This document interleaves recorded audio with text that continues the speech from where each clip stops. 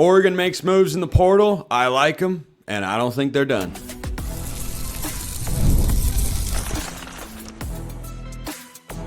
You are Locked On Ducks, your daily podcast on the Oregon Ducks. Part of the Locked On Podcast Network, your team every day. Yes, it is that time once again for Locked On Ducks. I'm your host, Spencer McLaughlin. Thank you all so much for making this your first listen or your first view of the day. It is part of the Locked On Podcast Network, your team every day, the number one sports podcast network out there. Thank you all so much, especially my everydayers, for helping make that the case. Depth on the defensive line, needed but not done. Dana Altman on the hot seat. That is a question I will explore on today's show, which is brought to you by our friends at FanDuel. The college football playoff has just one game left, and FanDuel is the best place to get into the action all playoff long. So visit FanDuel.com to get your college football playoff profit boosts every game day. One day, Oregon will be playing in that final game. Maybe next year. Who knows? We shall find out. We shall also find out if Aaron Scott Jr. is going to be a guy that factors heavily into the rotation next season. So Oregon made a couple of portal moves. The biggest headline one to me was Aaron Scott Jr., defensive back that comes over from Ohio State. 6 feet, 195 pounds, has played for 2 years at Ohio State.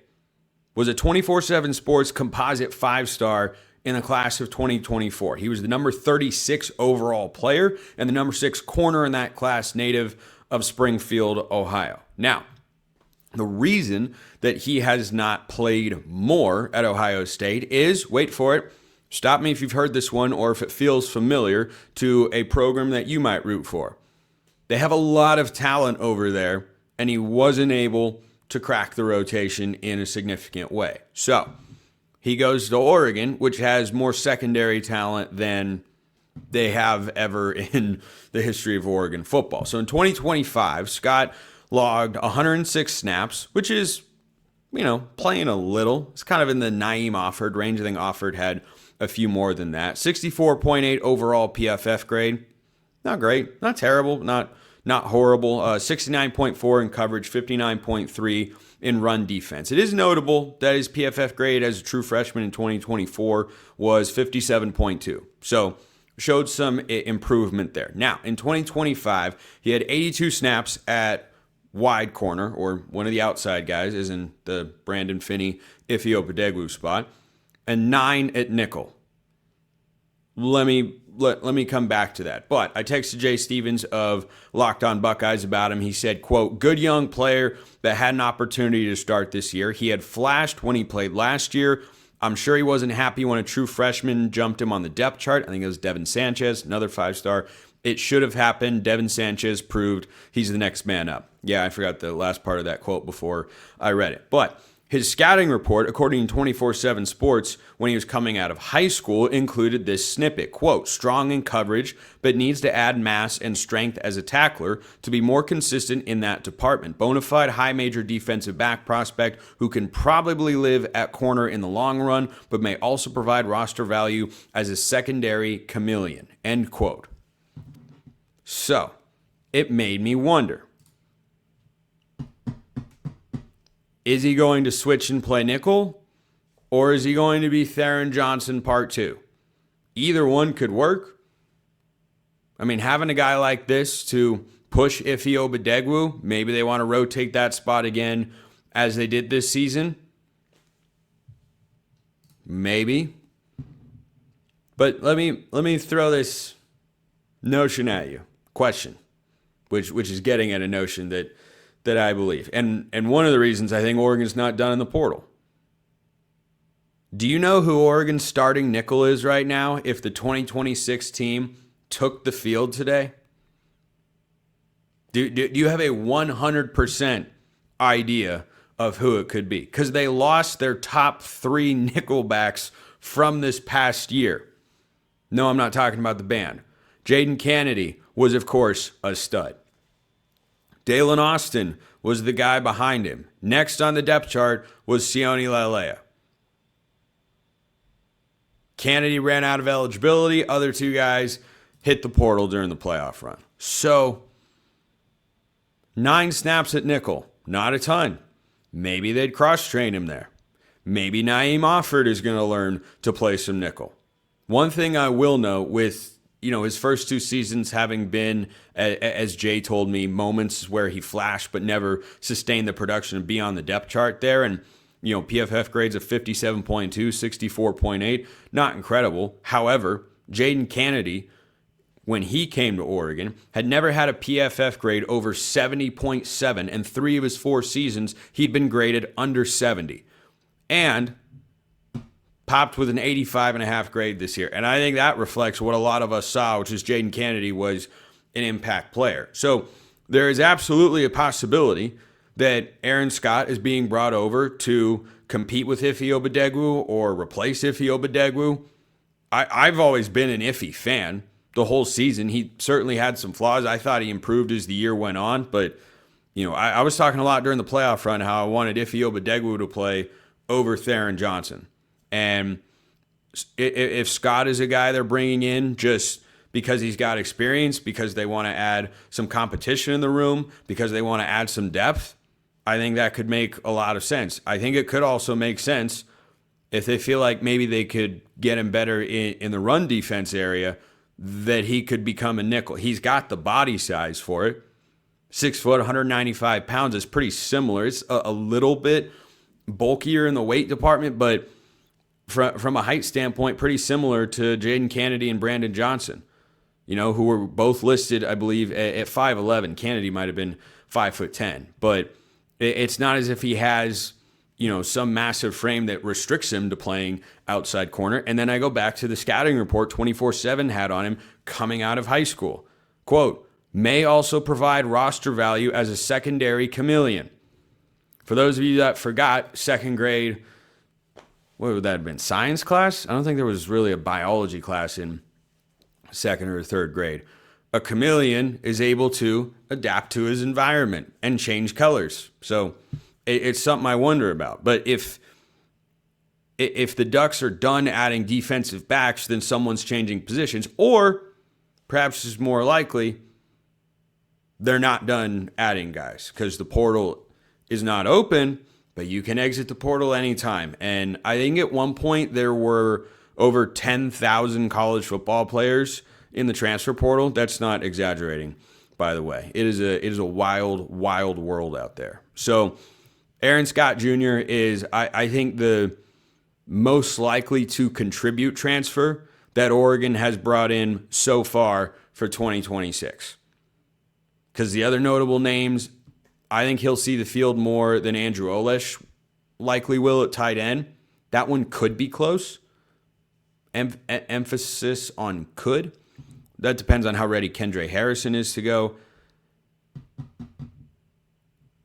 Dylan Raiola, obviously going to be the backup quarterback this year.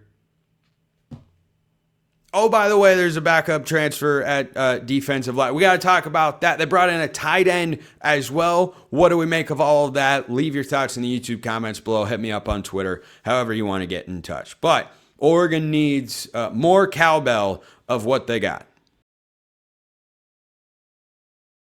First, this episode brought to you by our friends at FanDuel. The college football playoff is here, only one game left, and FanDuel is giving all customers even more ways to get in on the action every single game day of the playoffs. Because right now, every college football playoff game day, FanDuel users get a profit boost waiting for them in the app. Here's what you love about it. You get to use the profit boost on the bets you already feel good about. Maybe you're riding with the favorite when you think a team, Indiana, is going to control the matchup. And I think they will.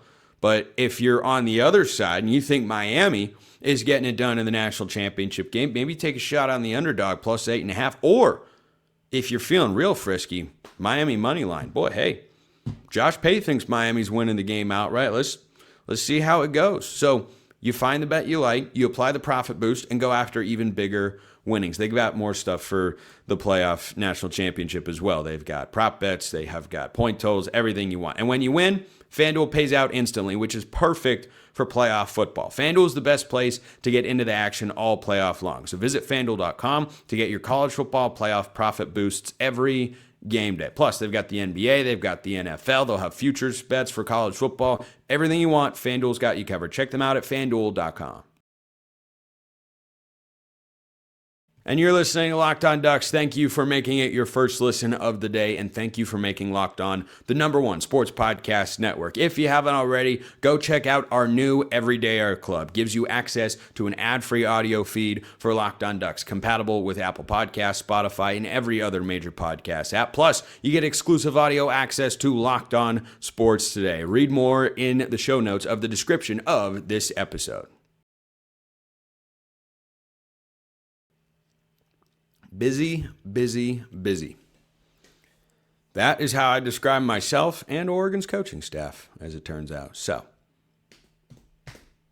Jerome Simmons is a depth piece on the defensive line. Oregon needs at least one more, maybe two, possibly three, because quite a handful of guys have left the room from the 2025 team.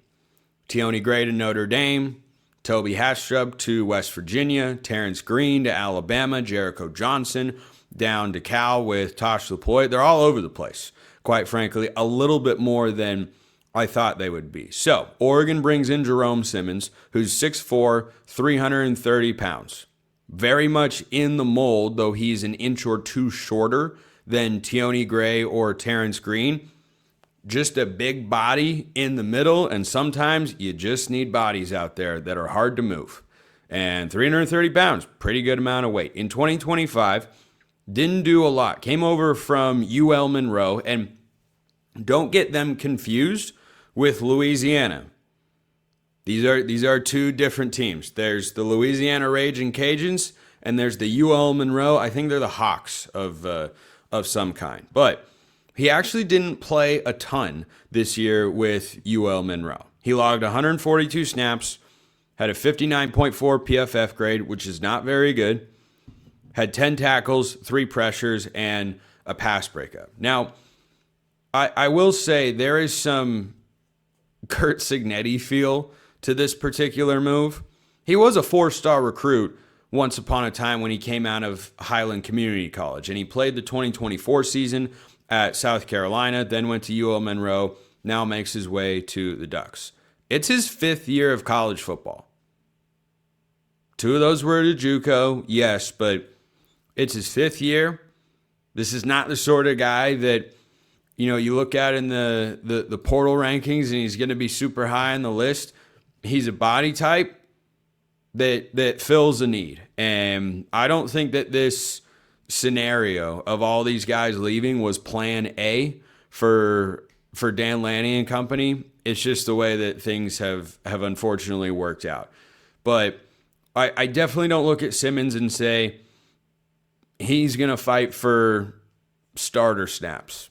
No, this is the kind of guy, and it's hard to find these sorts of guys. If Oregon makes another move like this and it feels similarly underwhelming, that's because it's hard to find these moves. Most guys are going in the portal like Terrence Green or Tioni Gray because they want to start.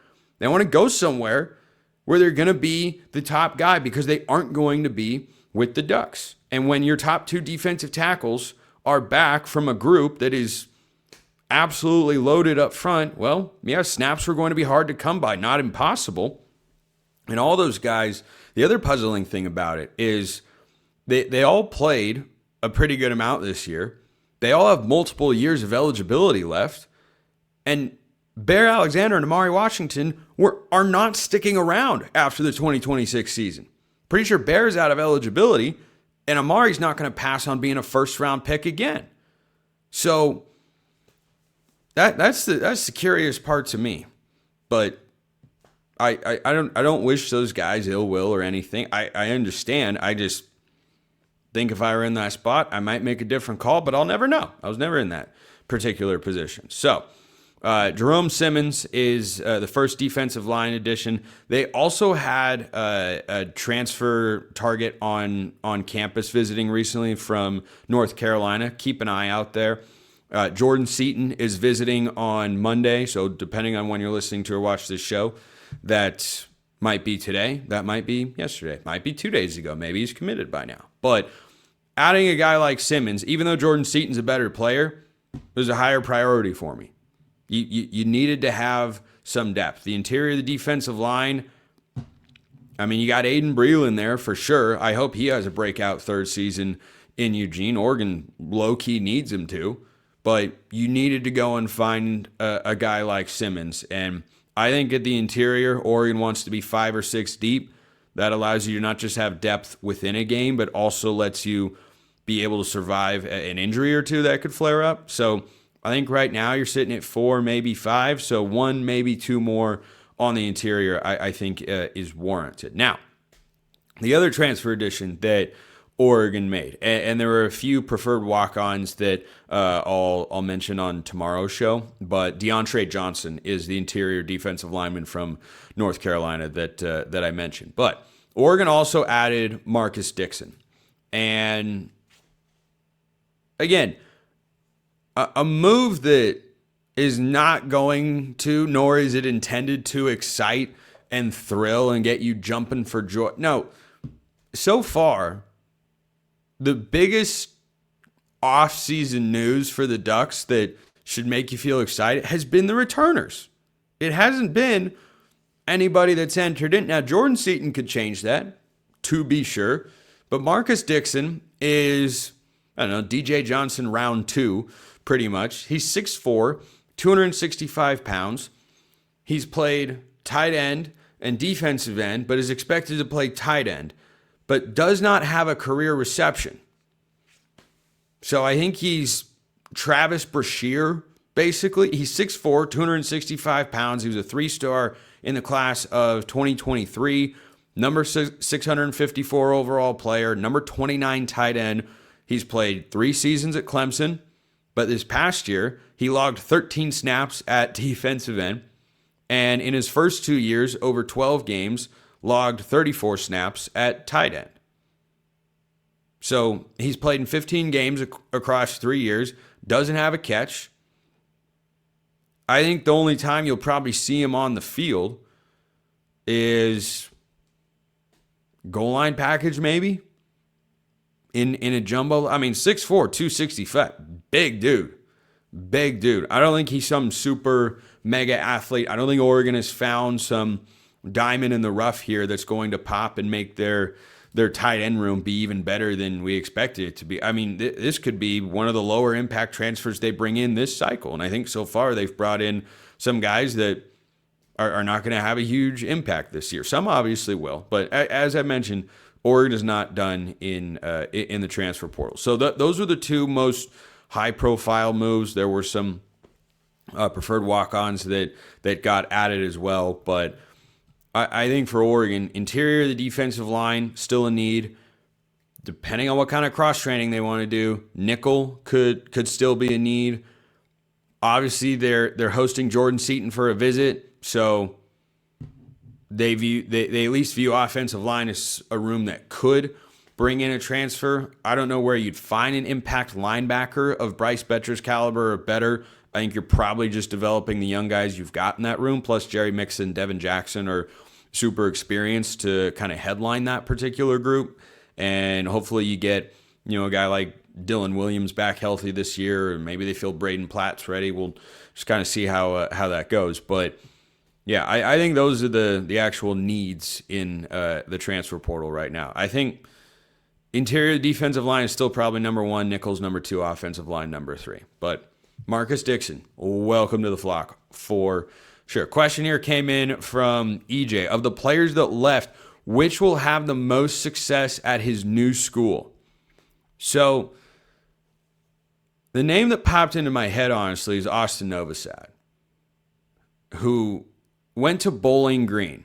Got to tell you, I didn't see that one coming. I believe, though, double checking real quick because I forgot to before I sat down to record the show. I believe Eddie George is their football coach.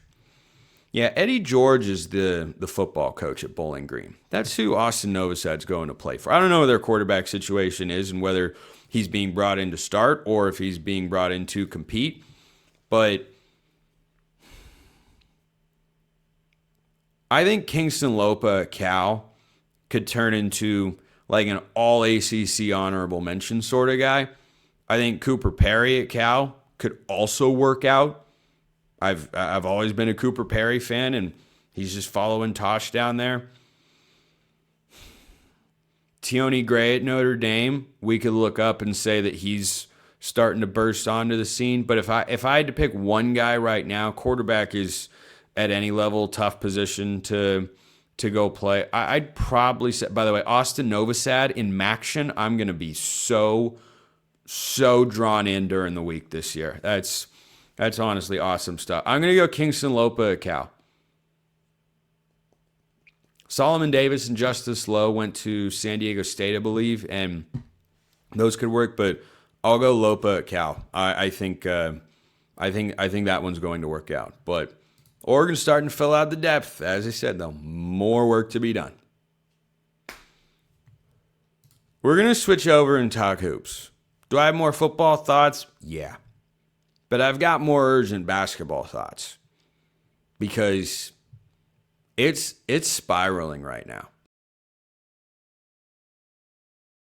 First, this episode brought to you by our friends at TurboTax. Tax season doesn't have to take over your life. This year, TurboTax is making it easier than ever to just hand things off and move on with your day. With TurboTax Full Service, you can have your taxes done for you by a trusted local expert, start to finish without the stress or guesswork. Instead of spending hours trying to figure out forms, you can meet with a local TurboTax expert in person or connect online. They handle everything from W-2s to self-employed forms and work to get you every deduction. You can upload your documents, go about your day, and get updates right in the TurboTax app. It's a huge time saver and gives real peace of mind knowing an expert is handling it. For a limited time, you can have your taxes done by a local TurboTax expert for just $150, all in. If a TurboTax expert didn't file for you last year, just file by February 28th. Take taxes off your plate and get back to your life. Visit TurboTax.com/local to book your appointment today. Check them out at TurboTax.com/local.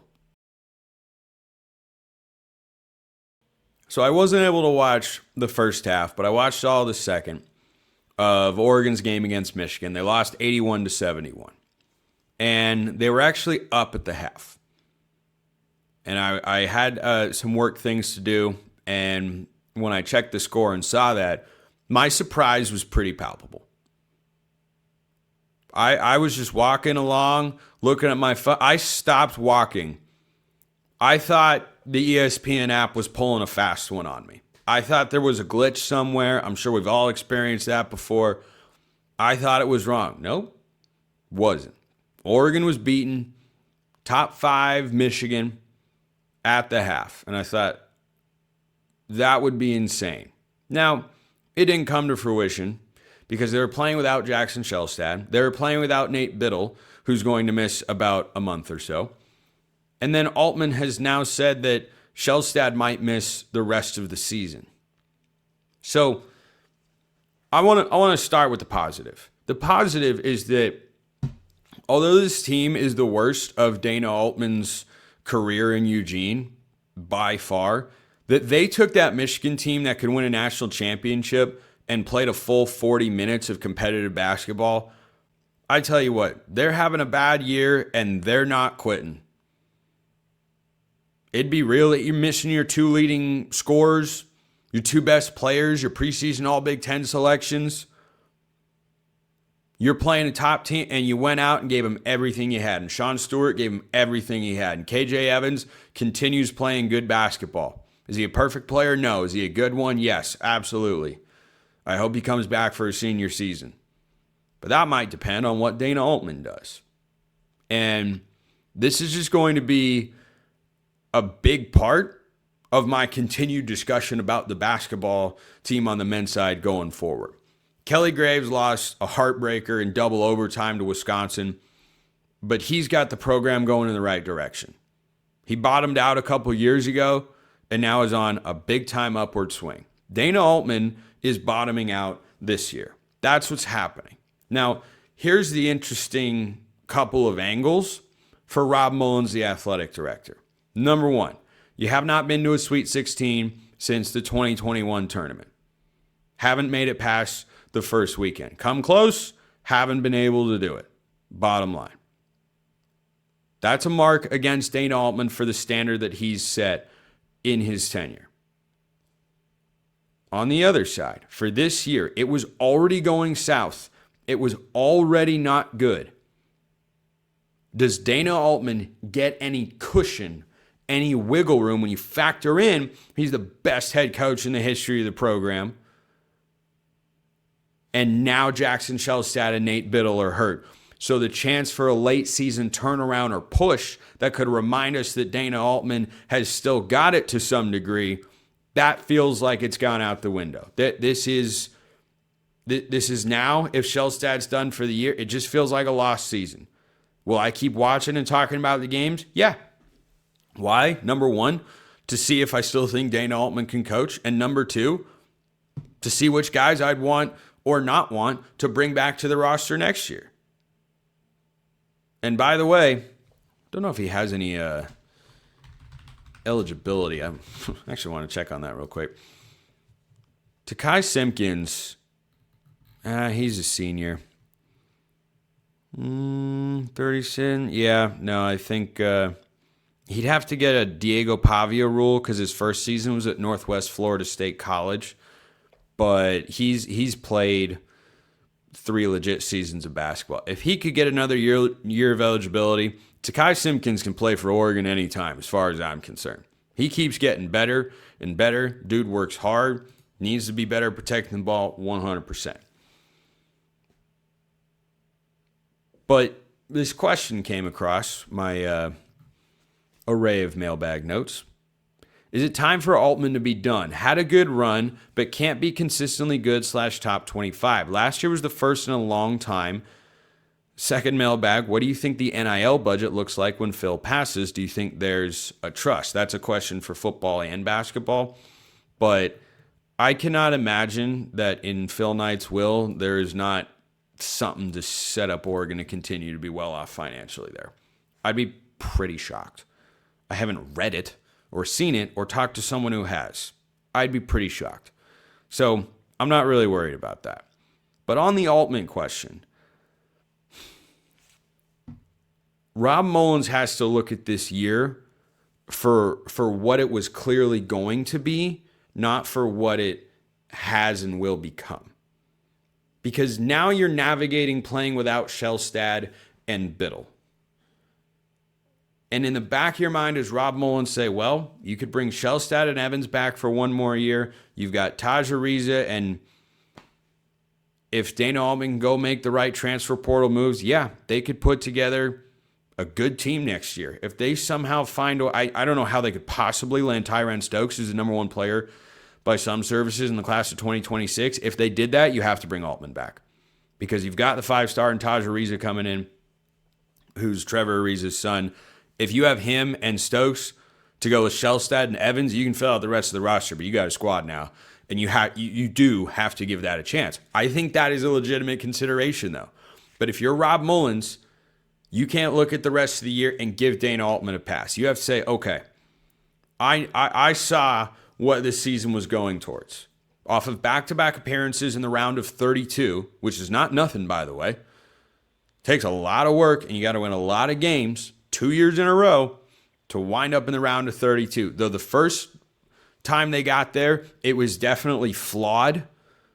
They got hot at the end. Was it really a great team? No. Last year was a great team. To go from a great team to this year, staggering fall off. I thought there'd be some regression. I didn't think it would be this bad. But is Rob Mullins going to look at it that way? Is he going to see it as this year was going so poor and it's not going well, and I don't feel like Altman's got it, and there's so many whiffs, and yeah, is it that? Or is this the bottoming out year as Kelly Graves had on the women's side, and he's now rebuilt this stuff? Because the same sorts of conversations and comments were made about Kelly Graves when they lost 14 games. It was way worse than this. As bad as Oregon men's basketball is right now, the women's team at their lowest point was way worse than what this season's going to be. Guarantee you it was worse. He stuck with him. So I understand those who say, it's time for Altman to move on and whatnot. I'd say best guess, his seat is slightly above room temperature. And I think the Shelstad and Bittle, I don't know that they should, but I could see Rob Mullins talking himself into, well, he lost Shelstad and Bill. We got to give him another chance for that. Is that the right way to approach it? No. But more foolish mistakes have been made before than that. So that's where I think the team is at. Or where the program is at, rather. Best guess right now, when the season tips off in October, November 2026, usually early November, Dana Altman will be the Oregon men's basketball coach. A lot can happen between now and then. But you get leeway, you get cushion when your two best players are out, and they're probably, Biddle's out at least a month, Shelstad might be out for the year, which stinks. So, yeah, let's end on that optimistic note. Appreciate everyone listening. See you next time. Until then, hope you have a wonderful rest of your day, and go Ducks.